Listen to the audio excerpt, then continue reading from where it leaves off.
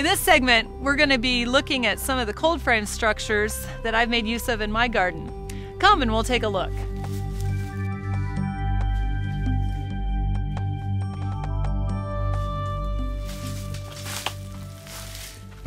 In our region, the end of October or early November is when I start putting my cold frame structures into place. The plants can handle a few nights of freezing temperatures, but once it hits the mid-20s, you're going to want to have them protected. The goal is to have the plants to about 80 or 90% maturity at the time you put the cold frame structures in place. And then they're going to kind of stay in a holding pattern. The days are getting shorter and the temperatures are getting cooler, so they won't be doing much growth anymore.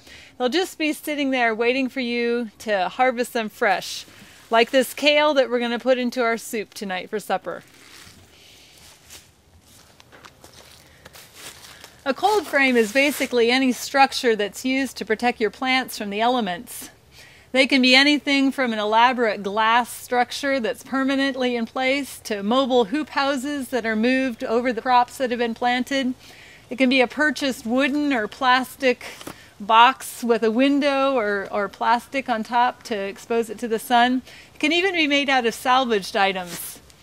We're going to take a look at some of the structures that we've made use of in our gardens. This is the largest structure that I have. It's a greenhouse kit that we purchased a number of years back and put it together ourselves. It has steel hoops that are the main structure and some wooden framework that my husband built, and along with a door that we salvaged and added to it. It's covered with 2 layers of UV resistant plastic, and that the 2 layers gives it an extra insulation value. And this is the greenhouse that I can harvest out of in the January and February, and the plants are the most protected.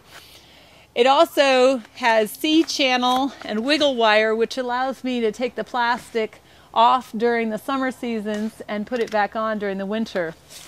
This is a semi-permanent structure, meaning we leave it in place for about 3 years and then move it to another area to keep our crops rotated.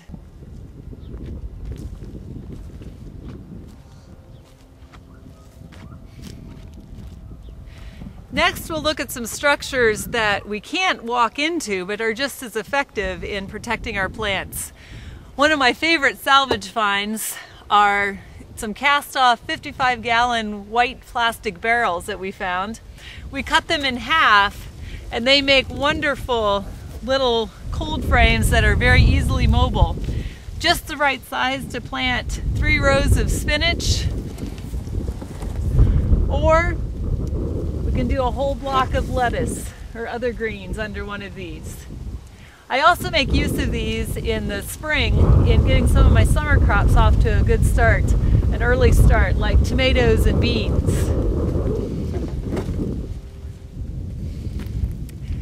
Another simple cold frame structure that can be made from found materials is one using cement blocks and then an old door or window frame that'll go over top of it. Glass works as a very good cover for cold frames. It does come with one risk though. If it does break, it will make a mess in your garden. So that's one consideration to keep in mind. This cold frame I'll be using to plant flowers under to get an early start in the spring. We've taken a look at a few of the structure options that we've made use of in our garden.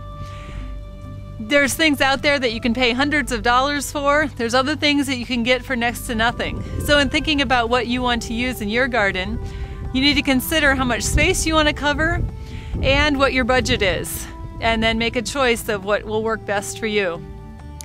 In our next segment, we'll be looking at doing some actual harvesting during the winter months.